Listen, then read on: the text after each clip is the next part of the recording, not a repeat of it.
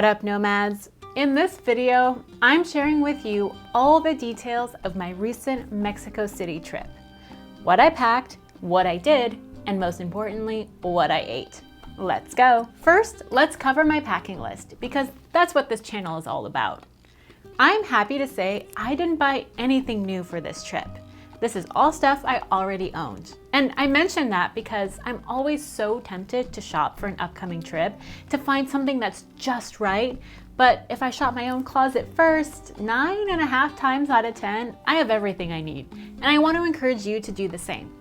But I did have one thing that was a recent addition to my wardrobe that I was excited to take for a first spin, and that was these Onitsuga Tigers in the yellow colorway.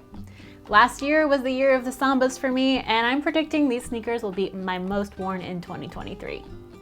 Packing these was the first decision in my packing list and pretty much dictated the whole color scheme. But let's back up to the details of the trip, because if you're a regular viewer on this channel, you know my 4 packing principles, which are weather, activities, vibe, and trip length.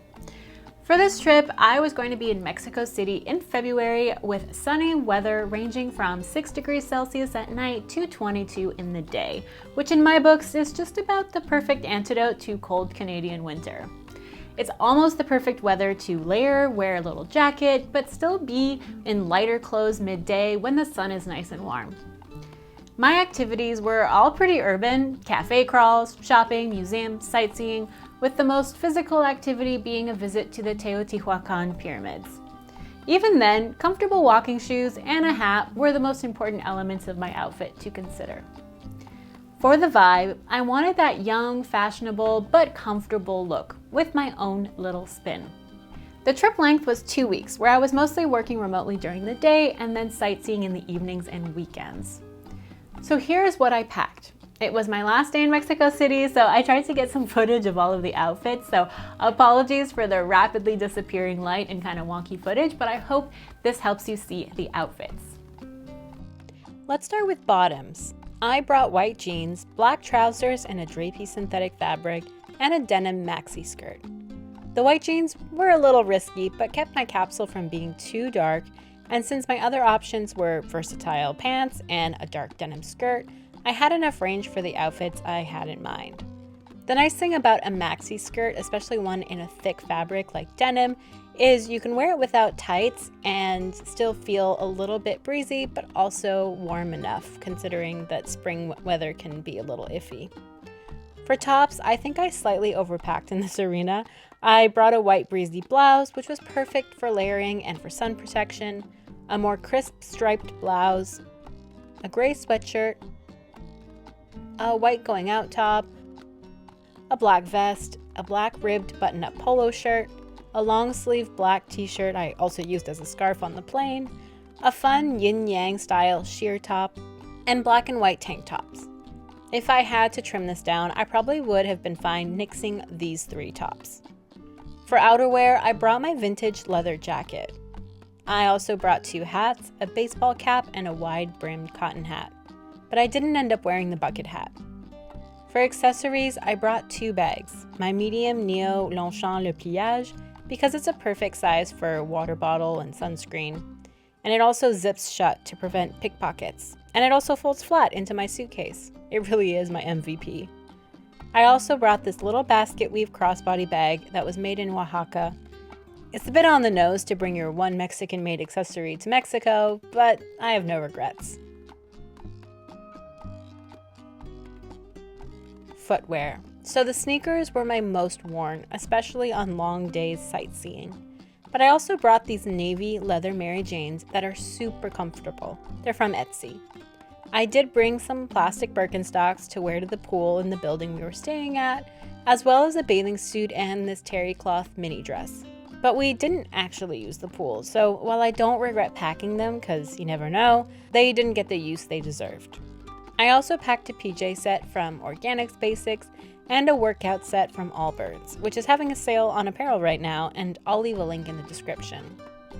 To complete my accessories, I packed 2 pairs of sunglasses in blue and yellow, and this rounded out my white, black, navy, and yellow packing capsule. Now to the things that I did in Mexico City that I personally highly recommend. Number 1 is to eat. Don't be afraid of street food. Nothing I ate in my 2 weeks made me sick, but I should mention that I also didn't eat red meat. But rest assured, the rest of my group did, and they didn't report any major issues. On the flip side, there are also tons of upscale restaurants that are super reasonably priced once you convert to dollars. The street food that I loved, tacos of course. We chose to do a taco tour pretty early on in our trip to quickly get a list of the best places in town and get introduced to taqueria etiquette by a local. You certainly don't need to book a tour, but I really enjoyed it. Next, elote, which is corn on the cob, or esquites, which is the corn in a cup. They're often sold by the same vendor, so you have a choice. Churros are also a must and come in a variety of fillings. Tostadas were a little bit of a revelation for me. I'd had them before, but I wasn't super moved or excited by it. But after tasting the shrimp tostadas in the Mercado in Coyoacan, I went back a second time later in my trip for more. As far as upscale restaurants go, there are so many, but do make sure that you get reservations well in advance, especially for places like Puyol. I slacked on this and they were booked out 2 months in advance, so that'll be one for next time. I really enjoyed Mero Toro and Paramo, which also had excellent mezcal and non-alcoholic cocktails. There are so many cute cafes in Mexico City. I wish I'd visited more. Cafe Nin was great and worth waiting a little bit for a table. And here's a list of more to stop in at depending on what neighborhood you're in. Also, never miss a chance to stop for agua fresca in flavors like hibiscus, tamarind, and horchata. Sure, it's full of sugar, but they are so refreshing and tasty and have so many flavors. Stopping for a mid-afternoon paleta or popsicle is also highly recommended. Number 2 is to shop. I had Loose Blues, a Mexican-Japanese store and cafe on my list, so I went pretty early on in my trip, and when I was there, I picked up this paper guide to a ton of other local boutiques. Between the design scene in Mexico City and the local artists, there's so much to look at and buy. When it comes to street vendors, be ready to haggle a little bit though. Don't take the first price they offer you because it's often the price for tourists. Number 3, visit a museum. Start with the Anthropology Museum and give yourself plenty of time. I visited this one later in my trip, which I kind of regret because I learned so much and I feel like I would have appreciated more of the things that I visited after with the additional information and context. For art lovers, there's so many museums to visit, like the Jumex and Frida Kahlo Museum, which is the Casa Azul, and her and Diego Rivera's studios. But there's also so much art just in the streets and inside government buildings, so keep an eye out everywhere for street art and beautiful murals. Number 4 is to visit the pyramids. You cannot go to Mexico City without taking a bus trip out to Teotihuacan. The shuttles leave the North Station regularly and are not expensive. They can be crowded and the buses don't always have air conditioning, so we made sure to grab drinks and snacks at the station before hopping on the bus. You can purchase your return ticket in advance too. The pyramids are so impressive, but do be warned, there's a lot of walking to get from one end to the other, and there's very little shade, so dress accordingly with hat, sunscreen, long sleeve, and lots to drink.